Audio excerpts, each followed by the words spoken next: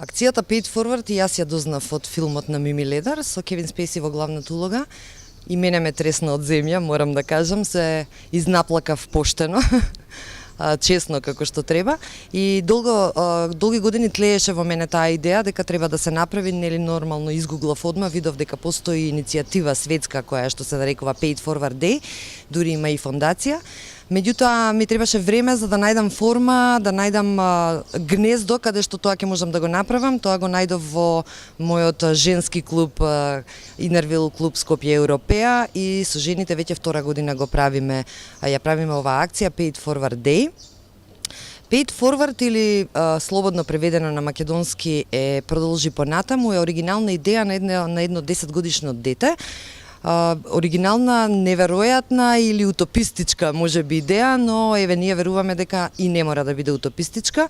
Се работи за тоа дека едно 10-годишно дете сака да го промени светот со тоа што ќе направи 3 добри дела за непознати или познати луѓе и за возврат, што е невообичаено кога правите добро дело, овој пат тој за возврат бара и тие приматели на доброто дело да направат понатаму уште 3 добри дела и според некаква математичка прогресија се верува дека тоа може да се расшири не само во квартот, не само во населбата, не само во градот, туку и низ целиот свет, ако се разбира сите прифатат да ја продолжат идејата понатаму, значи тоа е Paid Forward на англиски или продолжи понатаму. Од тоа во 2007 година произлегува иницијатива за Светски ден, кој е 28 април, се шири молскавично во светот и од 2017 година и Македонија е официјално излистана на листингот на земји кои што ја поддржуваат, годинава се 85 земји.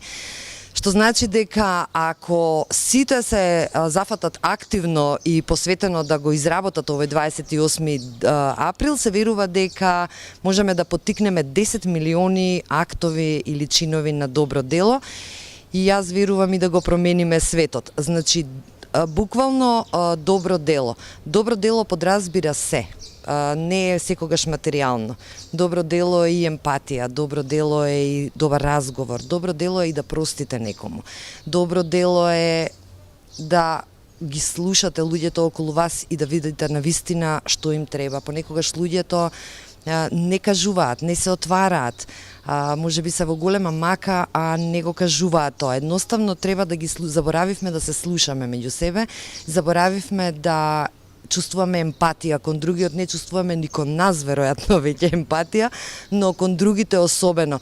Емпатијата е нешто кое што навистина ни треба и ако ја почувствуваме во нас за другите и ако се обидеме овие денови да видиме некому што му треба и како му треба, уште ако се успееме да му промениме дел од животот и да го замолиме тоа да го продолжи понатаму, тогаш сме направиле многу добро дело и сме го промениле светот, јас верувам во тоа. Направиле ли истражување во сега, откако сте дојден Paid Forward во Македонија, колку е кренат степенот на свесност кај граѓаните? Минатата година имавме неверојатно кратко време за организација и имавме еден голем пех кој не сакам да го раскажувам сега, а тоа е дека 28 април беше ден после 27 април. Знаеме што се случуваше на 27 април и беше невообичаено тажно тој ден на плоштад да се шири добрина последни такви настани, но сепак луѓето прифаќаа. Она што го гледаме годинава е неверојатниот број на компании кои што ни се придружуваат за да не помогнат во смисол на ширењето на идејата. Обично ние бараме компании, па дајте помогнете, па пари, па спонзори, па донации. Не, овој пат велиме ширете ја идејата. Сите компании кои што ни се приклучуваат буквално седат со своите тимови и размислуваат какво дело да направат поразлично од тоа што го прават преку целата година. Сите сме ние хумани преку целата година и даваме и на улични минувачи и на случајни луѓе, меѓутоа овој пат бараме нешто и за возврат. Компаниите годинава се неверојатно искрени, неверојатно мотивирани да направат нешто поразлично. Значи тоа се сериозни компании кои што се општествено одговорни преку целата година, но овој пат се навистина мотивирани да направат нешто. Значи ова што го кажуваш може да ме асоцира дека има надеж за нас. Јас секогаш ќе верувам дека има надеж. Не би го правела ова доколку ова не е нешто од кое што било кој од нас има бенефит. Всушност имам голем бенефит. Ние и моите пријателки од клубот. Не знаете колку е убаво чувството кога ќе спроведете една ваква акција и кога ќе видите колку добри дела се направиле.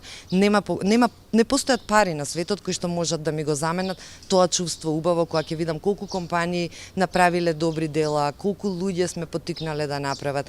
Идејата е дека има картичка, постои картичка која што ќе се дели, деновиве веќе почнува да се шири меѓу луѓето. Тука вели дека објаснува идејата, честито некој направи добро дело за вас, сега на вас е редот да ја продолжите приказната и овде има 24 коцкички. Кога јас ќе направам добро дело за некого, ќе штиклирам една коцкичка и ја давам понатаму картичката. Кога тој ќе направи добро дело, ја продолжува картичката, треба да ги исполниме нели сите. Се надеваме дека ќе се исполнат сите коцкички и веројатноста да ви се врати картичката е голема. Зошто да не, некој што не го познавате, можеби некаде ќе ви купи кафе или ќе ви рече добар ден, па ќе ви ја даде картичката. Така што ќе циркулираат многу картички деновиве низ Македонија и многу сме среќни поради тоа. Идејата беше да направиме настан во градскиот парк, каде што ќе ги замолиме нашите сограѓани да направиме еден масовен голем пикник на кој што ќе се дружиме и ќе ја шириме добрината. И тогаш дојдовме до информација дека уште една организација и уште еден настан се случува во градскиот парк.